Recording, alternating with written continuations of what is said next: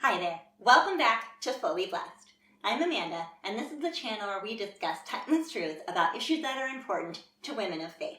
And today, in honor of my upcoming anniversary this week, I'm sharing with you 10 lessons that I learned about marriage. So join me as I share these things with you today. The first one is to know that all marriage takes work. It doesn't matter if they've been married for 50 years or 6 months or 2 weeks. It takes work for two sinners to live together. So we should esteem and respect all marriage, no matter how long it's been lasting. And the second lesson is that, contrary to popular opinion, marriage is not 50-50. If we go into it with that kind of mindset, we're going to be disappointed. Just know that marriage takes 100% from both people. I need to give 100%, and so does my husband. And some days, for one reason or another, he's not going to be able to give it his all. And some days I won't be able to. And we have to be ready to pick up each other's slack when that happens. So just know, marriage takes effort from both of you, and you're both going to have to be ready to give your all. And it's important to fight and keep fighting, because failure is not an option. The second lesson I've learned is that marriage has taught me to choose my battles wisely. There's going to be things that bother me, and I can talk politely about it with my husband, but at the end of the day, not all things are worth fighting over. If it's not going to matter in 6 months, or in 2 weeks, or in 3 days, it's probably not worth the argument. Right?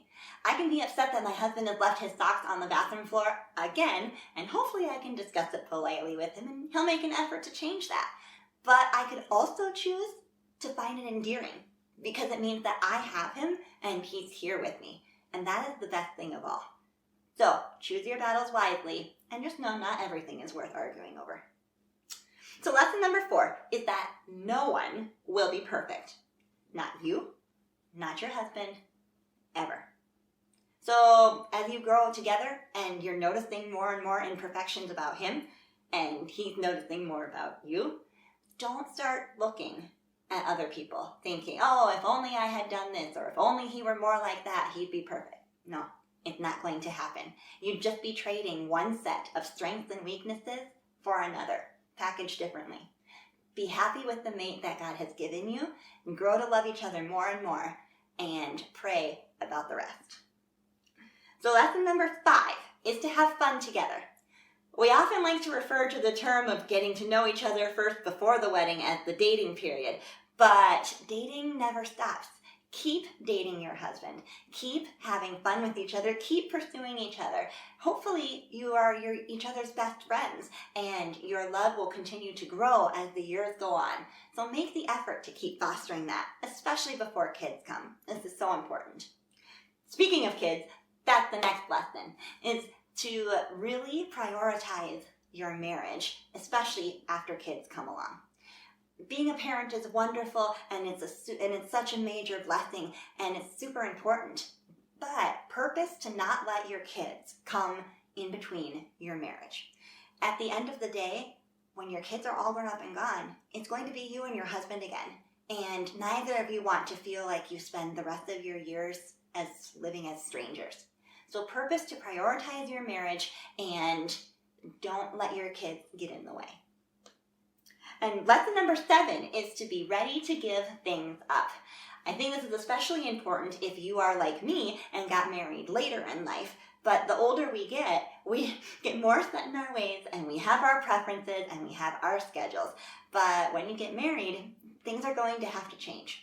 They just are. There's no way around it. I'm going to have to make sacrifices, and so is my husband. So be ready for that. Be prepared to graciously work through that, and be ready to give things up. Be ready to have that give and take with each other. And lesson number 8 boils down to one word that we've talked about before on this channel, but it bears repeating: communicate. So many struggles and arguments happen because we didn't communicate our needs or our expectations well. My husband's probably going to get better at reading cues the more we go along in our years, and that's great if he does, but it still is my job to communicate my needs. I can't expect him to read my mind. And so many frustrations could be avoided if we simply do a good job communicating. So keep that in mind, that communication is important, and make every effort to work on that. And lesson number 9 is to know that as great as things might seem during that honeymoon phase, challenges and hard times will come. It might look many different shades, but challenges and struggles will happen. So be ready for it, and when it does come, pray lots. Pray together lots, and let it draw you closer to each other and to the Lord. And finally, lesson number 10 is that marriage ultimately is not to make us happy. Most days it does, and it's a wonderful gift, but that's not the main purpose of marriage. The main purpose of marriage is to be an example to those around us. It's an example of Christ's relationship with the church. My submission to my husband is an example of how the triune Godhead submits to each other. Now, marriage is primarily to be a picture to those around us. And that's the main purpose of marriage. And it's also wonderful when we get to enjoy it and be happy in the process. So those are 10 reasons, 10 lessons that I've learned from being married these last 2 years. I hope it's been a blessing to you. And if it has, please like and subscribe and share with somebody who might need this encouragement and these reminders today. And go be a blessing.